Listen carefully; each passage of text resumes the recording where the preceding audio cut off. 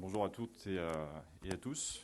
Alors, merci d'être venus nombreux pour assister à cette petite, hop, merci, cette petite conférence sur le rapport de l'aviateur avec le temps.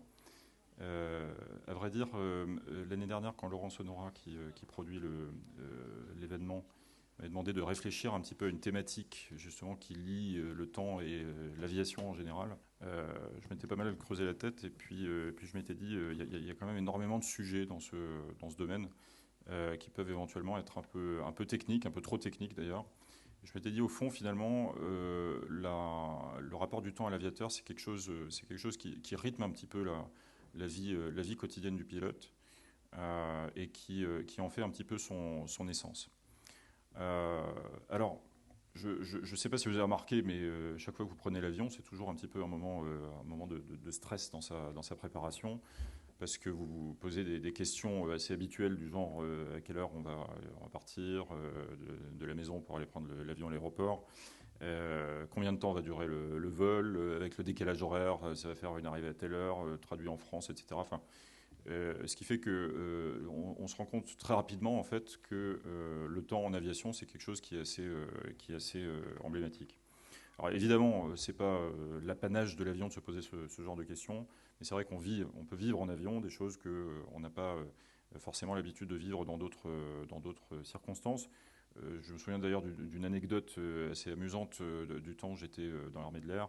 On avait un équipage qui était parti de Tahiti pour aller à Wallis et Futuna, un aller-retour sur la journée. Alors ils étaient partis hier, ils étaient arrivés le lendemain, ils avaient passé aujourd'hui le lendemain et ils étaient rentrés la veille. Hein. Donc c'est un exemple assez démonstratif du genre de choses qui peut paraître un petit peu aberrantes qu'on vit en avion et qui illustre de manière anecdotique la présence de ce paramètre notre activité. Alors évidemment, si la question se pose pour les passagers, elle se pose également pour nous les pilotes.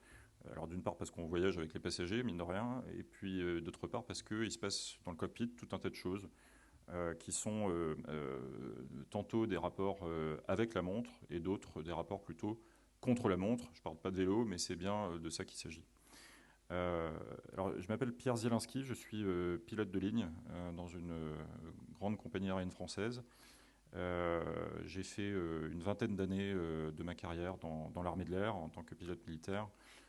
J'y ai assumé diverses fonctions d'instruction, de commandement, etc., et notamment dans le transport aérien gouvernemental. Donc je suis vraiment ravi aujourd'hui de pouvoir partager un petit peu avec vous ma modeste expérience aéronautique et de pouvoir vous transmettre, je l'espère, ce, ce message. Alors, l'année dernière, justement, au moment de travailler sur cette conférence, en tout cas d'y réfléchir, je m'étais posé la question quel exemple, peut-être très emblématique, pourrait servir d'introduction, effectivement, pour cette conférence. Et le premier exemple qui m'est venu à l'idée, c'est celui, certainement, que vous connaissez, qui est le fameux incident de l'Hudson, que vous connaissez probablement à travers le film hollywoodien qui s'appelle Sully, qui est le surnom donc, du commandant de bord Chesley Sullenberger et qui représente bien justement tout ce qu'on peut appeler la gestion d'un événement critique sous très forte pression temporelle. Alors c'est assez amusant parce que quand je parle de ce rapport du temps à l'aviateur, à des collègues, c'est généralement, très généralement, le premier exemple qui leur vient en tête, c'est cet incident de l'Hudson. Alors, je vous préviens, peut-être pendant cette conférence, on va parler de choses qui ne sont pas forcément, qui peuvent faire un petit peu peur, qui sont peut-être un petit peu anxiogènes. S'il y a des gens qui ont peur de l'avion ici, je ne suis pas certain que ça va beaucoup les rassurer. Mais rassurez-vous, heureusement, c'est des choses qui arrivent très rarement. Et justement, c'est pour ça que nous, pilotes, sommes formés et on est justement entraînés à réagir à toutes ces situations. Néanmoins, l'an dernier, justement, au moment où j'ai pensé à cet incident de l'Hudson, j'étais assez loin de m'imaginer qu'on allait avoir cette année, cet été en l'occurrence, un incident assez similaire, quoique un peu différent, je vous expliquerai pourquoi. Cet été, aux alentours de Moscou, vous vous en souvenez peut-être, un Airbus A321 de la compagnie Ural Airlines a géré des oiseaux au décollage et a dû opérer un atterrissage d'urgence dans un champ de maïs très peu de temps après. Alors, le plus simple, je pense, c'est peut-être qu'on revoie ensemble ces images. Ça dure pas très longtemps. Pour bien vous sensibiliser, essayez de visualiser le moment où l'avion décolle, qui correspond aussi au moment où il ingère les oiseaux, et le moment où l'avion, entre guillemets, atterrit, hein, se, se vache, comme on dit dans le jargon du métier, pour voir un petit peu le temps dont ont disposé l'équipage dans leur réaction. Donc vous avez ici la course au décollage. Alors c'est très fugitif, mais on voit un point blanc qui passe à un moment et qui représente un oiseau qui passe dans la nuée. Voilà, top. Vous avez pu voir quelques oiseaux passer. À ce moment-là, le réacteur a ingéré, enfin les réacteurs ont ingéré effectivement ces oiseaux. Vous entendez un bruit très caractéristique qu'on appelle un pompage moteur, qui correspond en fait à une extinction du moteur, en tout cas des ratés. Dans le même temps, vous ne le voyez pas, mais il y a une turbine qui se met en route automatiquement pour assurer l'alimentation de l'avion en hydraulique et en électricité. Et là, vous voyez que l'avion, petit à petit, perd de l'altitude. On sent quelques variations de régime. Les pilotes ont probablement essayé de rallumer les réacteurs.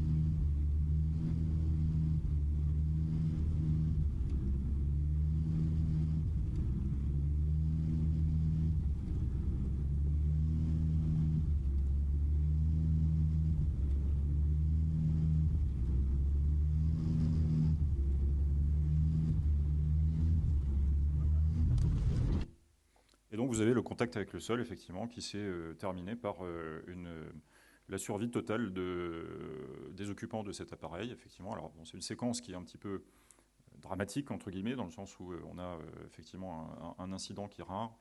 Euh, J'attire votre attention sur le temps qui s'est passé, en fait, encore une fois, entre l'ingestion des oiseaux et le contact avec le sol. Il s'est passé à peu près 80 secondes, c'est-à-dire 1 minute 20. Alors ça vous a peut-être paru long au visionnage de la séquence. En réalité, comme vous pouvez l'imaginer aisément, c'est extrêmement court. Je dirais que ce qui est caractéristique un petit peu de cette séquence, c'est que heureusement il s'agit d'une panne, la panne des deux moteurs qui est très rare, voire rarissime. Mais déjà dans la gestion de cette panne, l'équipage a eu pas mal de chance, puisqu'ils ont pu trouver un champ qui était directement devant eux, donc ils étaient en plein jour, par beau temps, etc. Donc je dirais que le facteur chance a quand même été prépondérant dans cette gestion. Alors, dans notre entraînement, dans l'entraînement des pilotes, il y a un entraînement effectivement à ce type de panne grave, mais heureusement, c'est pas, comme je vous le disais, c'est pas le quotidien. On se base aussi sur la probabilité et la fréquence des pannes pour fonder justement notre entraînement. On s'entraîne beaucoup à la panne d'un seul moteur, hein, ça c'est très classique en avion, ça arrive relativement régulièrement. Mais vous vous souvenez peut-être de l'éruption du volcan Eyjafjallajökull, hein, voilà, je me suis beaucoup entraîné pour dire ce mot, en 2010, où tout le trafic aérien avait été paralysé parce que en fait, on craignait tout simplement des extinctions de tous les moteurs d'un seul avion à la fois. Ce qui d'ailleurs est arrivé dans l'histoire avec un 747 de British Airways au début des années 80. Donc ils avaient éteint les 4 moteurs d'un coup et ils ont réussi à les rallumer après quelques milliers de pieds de descente. Voilà.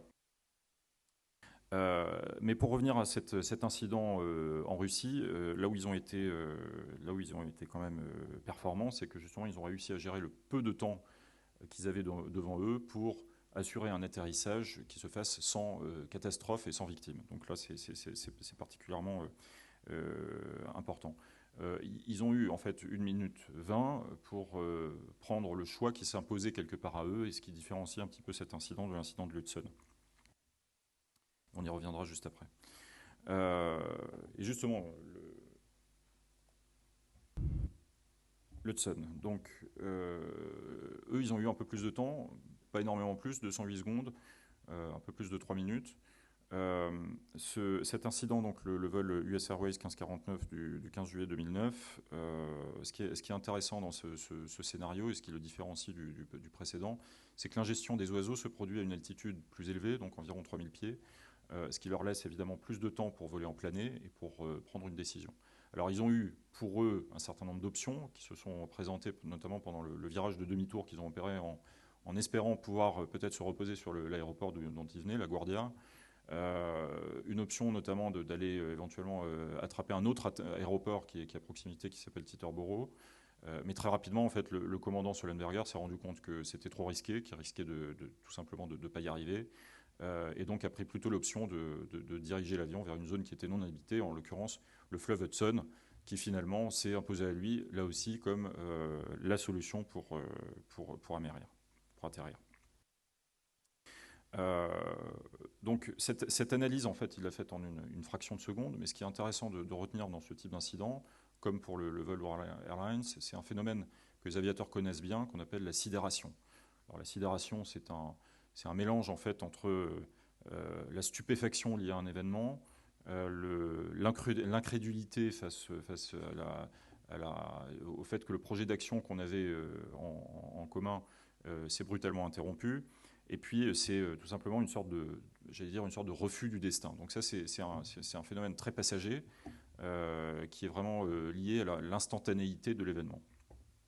Mais le passage par cet état de surprise, qu'on appelle en anglais le startle effect, est absolument nécessaire en fait pour assimiler les données de l'événement et pouvoir construire ensuite une réaction qui soit adaptée. Alors, vous connaissez peut-être un psychologue américain qui s'appelle Walter Cannon, qui a fait des études justement sur le stress, la gestion du stress par l'humain. Et il a émis une hypothèse qui est assez connue, qui est le fameux fight or flight, donc combat ou fuite, qui est vraiment la réaction de l'animal en général, mais de l'humain en particulier face au stress. Donc il y a deux types de réactions, soit le combat, on va chercher plutôt une solution dans la gestion de l'événement stresseur, ou au contraire la fuite, on va être paralysé face à l'enjeu et finalement on va se laisser porter par les événements sans savoir quoi faire. Donc, en l'occurrence, c'est plutôt le combat qu'ont choisi l'équipage de l'US Airways 1549.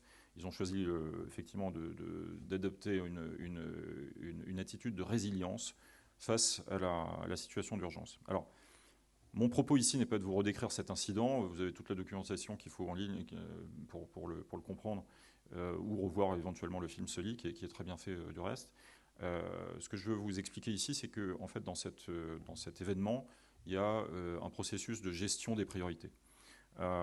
Et ce processus de gestion de priorité, il se fait en fait selon une typologie double, soit ce qu'on appelle le time critical, donc le temps critique, des événements qui sont critiques en termes de temps, soit le time non-critical, c'est-à-dire des événements qui laissent un peu plus de temps justement pour les gérer. Évidemment, c'est pas des notions nouvelles en aviation parce que de tout temps, les pilotes ont eu à gérer effectivement des événements critiques ou moins critiques. Mais ce qui est peut-être un peu plus récent, c'est la manière dont les concepteurs de procédures, les avionneurs en général, constructeurs d'avions, la manière dont ils l'ont assimilé pour justement permettre aux pilotes de réagir selon la catégorie d'événements devant lequel ils se trouvent. Alors, pour rentrer un peu plus dans le vif du sujet, je voulais tout d'abord vous parler de quelques manifestations entre guillemets du temps dans le milieu aérien. Bon, je vous ai mis en clin d'œil effectivement qu'il s'agit pour nous, le temps c'est un peu un poil à gratter dans le sens où il est omniprésent dans nos actions quotidiennes. On le voit partout, on le ressent partout. Et d'une manière ou d'une autre, et à tel point qu'on finit presque par l'oublier, mais c'est vraiment ce qui accompagne notre action.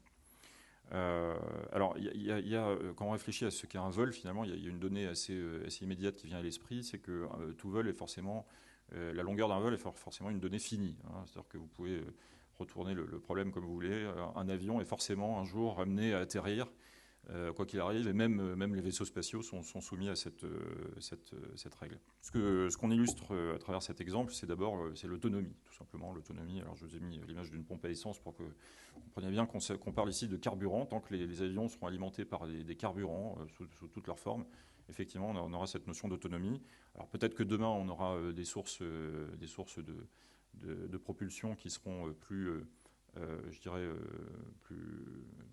qui présenteront plus d'autonomie, en l'occurrence des piles à combustible, je ne sais pas, des biofuels, de l'énergie solaire, etc. Mais au jour d'aujourd'hui, la technologie n'est pas encore suffisamment au point pour qu'on puisse se passer complètement de carburant classique.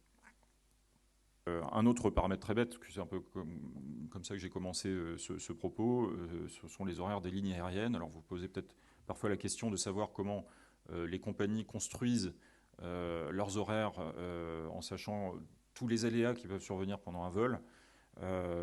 Eh bien, les compagnies aériennes ont justement des outils qui travaillent à partir de ce qu'on appelle des vents statistiques, hein, qui influent passablement la longueur d'un vol, et à partir desquels en fait, on peut construire des tables horaires. Ensuite, le jour J, c'est à nous, pilotes, que revient la responsabilité, effectivement, de respecter ces horaires et de vous amener à destination à l'heure que vous avez programmée. On a des moyens d'accélérer un vol. Alors, évidemment, on ne va pas gagner le double du temps, hein, forcément, mais on a quand même des moyens d'accélérer tout en restant responsable vis-à-vis également de la pollution et de l'écologie. Et vous savez probablement qu'aujourd'hui, l'écologie est un facteur comment dirais-je, un concern, comme on dit en anglais, majeur pour les compagnies aériennes et l'industrie aéronautique. Dans l'aviation militaire également, bien sûr, le temps est un facteur prépondérant. Dans une mission aérienne militaire, vous avez un certain nombre d'inputs que sont par exemple le time on target, hein, donc le temps sur l'heure sur la cible. Vous comprenez le sens. C'est vraiment de la précision du respect de cette contrainte que dépend la qualité de la réussite d'une mission. Évidemment, si vous ratez l'horaire auquel vous êtes prévu de faire votre objectif, eh bien, vous avez un certain nombre de contraintes qui peuvent se mettre en route, comme par exemple l'activation de défense ennemie, etc., qui peuvent être particulièrement dangereuses pour vous. Alors ça, c'est un petit clin d'œil aussi, ce qui a aussi son importance pour nous. Dans la plupart des métiers classiques, on mesure en général l'expérience dans le métier au nombre d'années qu'on y a passé. Alors chez les pilotes, c'est un petit peu différent.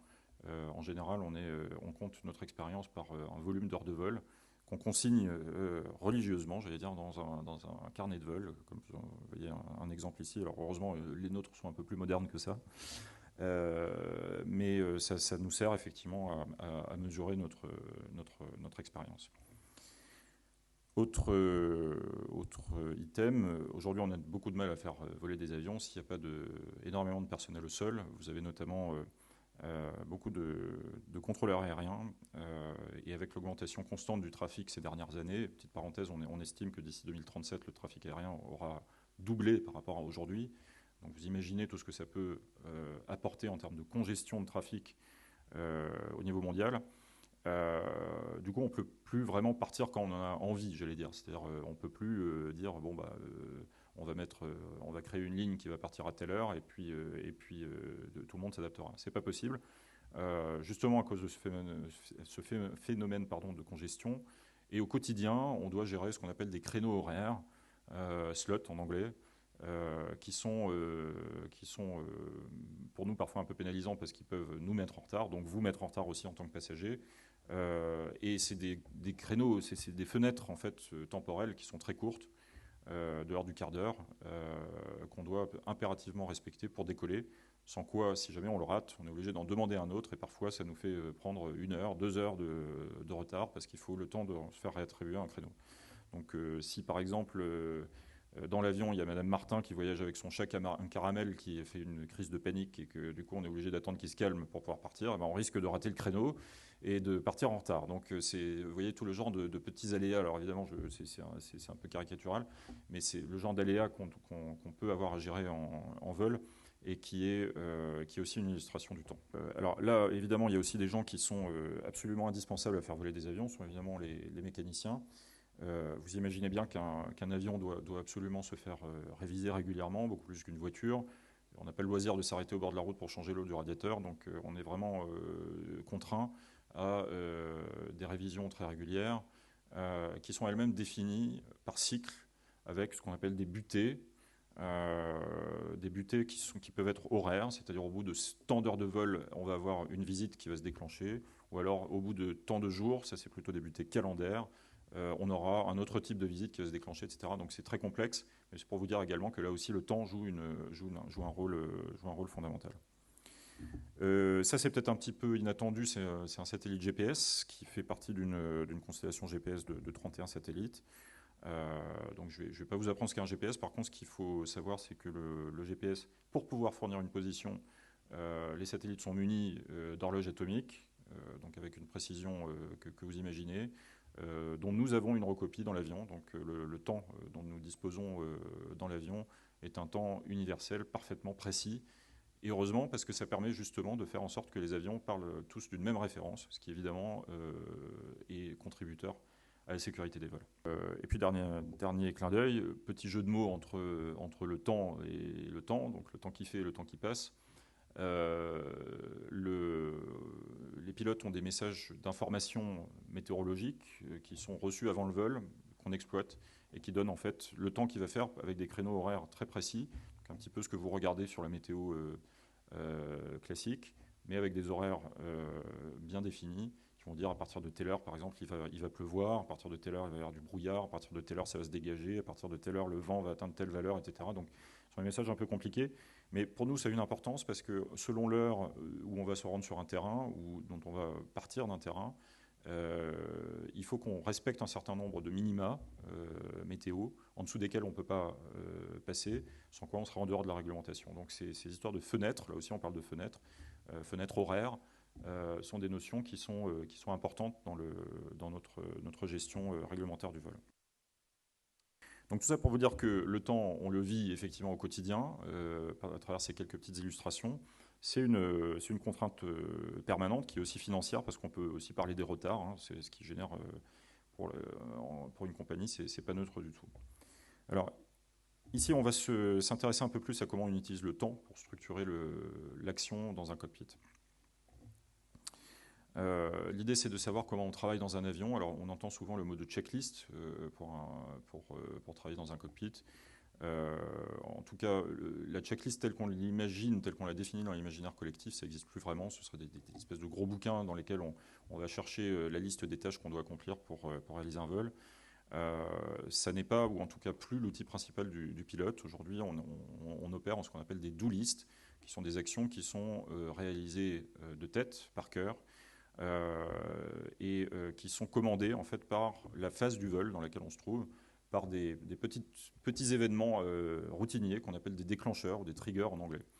À titre d'illustration, par exemple, tout pilote d'Airbus sait qu'en descendant, en opérant sa descente, en passant sous l'altitude de 10 000 pieds, donc ça correspond à peu près à 3 000 mètres, il doit faire un certain nombre d'actions qui sont par exemple allumer les phares d'atterrissage, attacher les passagers avec leur ceinture, armer le système d'atterrissage d'instruments, etc.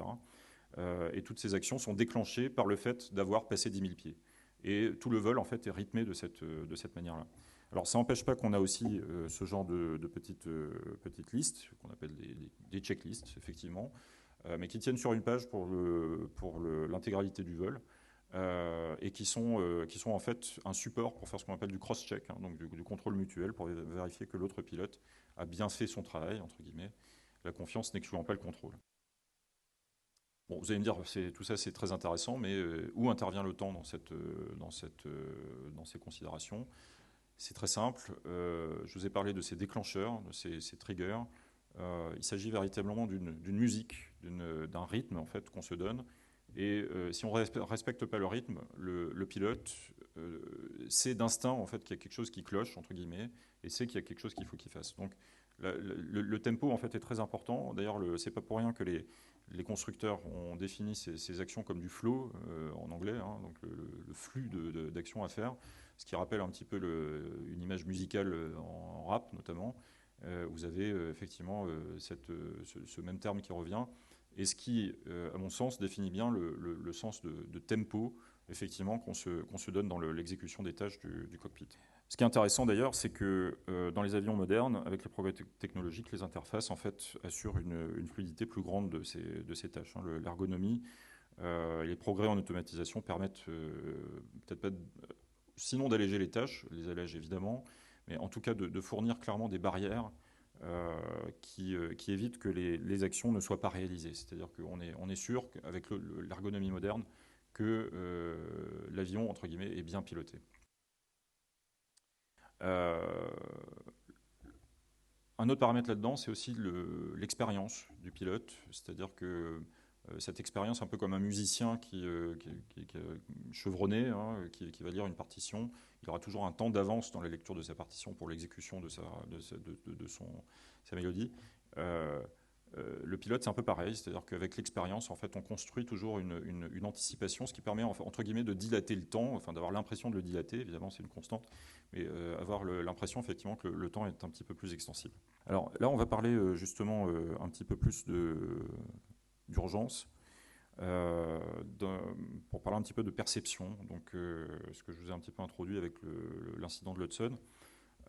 Parce que, vu ce qu'on vient de voir, quand tout va bien, on est tenté de se dire, bon, bah, il suffit de réciter des do lists, de vérifier avec des checklists, et puis tout va bien, et puis voilà. Bon, sauf que des ennuis mécaniques, ça peut arriver. On peut avoir des problèmes, et à ce moment-là, il faut aussi savoir gérer le temps, parce que, comme je vous l'ai introduit tout à l'heure, il y a toujours cette notion de time critical et time non critical, qui va formuler quelque part la réponse qu'on va donner. Bon, je vous donne quelques petites notions d'ergonomie d'un poste de pilotage. Ce que vous avez en bas à gauche, c'est ce qu'on appelle un ECAM, qui est un écran en fait de présentation de paramètres moteurs, mais aussi de présentation de checklist d'urgence. Ce que vous avez tout en bas à gauche, là, bon, il s'agit d'une double panne moteur en l'occurrence, pour illustrer ce qu'on a vu tout à l'heure. Vous voyez que le titre d'ailleurs est rouge, donc ce qui attire quand même bien l'attention, et c'est accompagné évidemment d'un son d'alarme qui est très caractéristique. Instinctivement, vous savez si l'incident est grave ou pas et quel est quelque part le temps que vous avez pour réagir. Alors, cette classification time critical et time non critical peut être parfois un peu ténue, parfois un peu subtile aussi, parce que vous avez des pannes qui sont considérées comme non critical, qui peuvent devenir critical. Je pense à une fuite de carburant par exemple.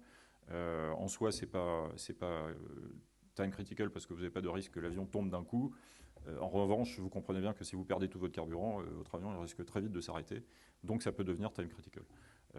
Un incident d'ailleurs avec un A330 qui s'était posé sans carburant au milieu de l'Atlantique il y a quelques années. Et tout en haut de la hiérarchie, vous avez ce qu'on appelle des memory items, donc des items à réaliser de mémoire, qui sont vraiment des procédures d'extrême urgence qui théoriquement ne doivent pas arriver, mais qui sont par exemple l'approche d'un décrochage, l'approche d'une collision avec le sol, etc., où là le pilote doit savoir instinctivement en une fraction de seconde quoi faire. Et là on n'est même plus dans le time critical, là on est vraiment dans l'immédiateté. D'ailleurs, vous voyez ici encore un exemple de différence d'ergonomie entre un vieux DC-3 et un Airbus A350, ce qui permet considérablement d'augmenter la performance du pilote en fait, dans sa gestion temporelle. C'est l'ergonomie, encore une fois, et la qualité de la conscience de la situation qu'il va avoir vis-à-vis de tous les paramètres qui l'entourent. Ici, par exemple, en bas à droite, vous avez un gros écran au milieu du cockpit du 350, qui est un écran d'information météorologique. Donc en temps réel, les pilotes ont accès à effectivement une carte d'information météo, ce qui permet, en cas de problème, en cas de panne, de décider tout de suite quel va être le meilleur côté, par exemple, pour se dérouter. Si vous avez un orage en plein sur la droite, vous saurez que vous n'allez peut-être pas aller à droite, vous mettre dans l'orage avec une panne, vous allez plutôt aller sur la gauche. Donc voilà, pour vous dire que la conscience de la situation est un facteur contributif, effectivement, de la manière dont on gère le temps. Alors, un petit sujet connexe avant de conclure, mais qui est quand même très lié, c'est la question de l'interaction des membres d'équipage, en fait, dans un cockpit, donc la manière dont on travaille en équipage.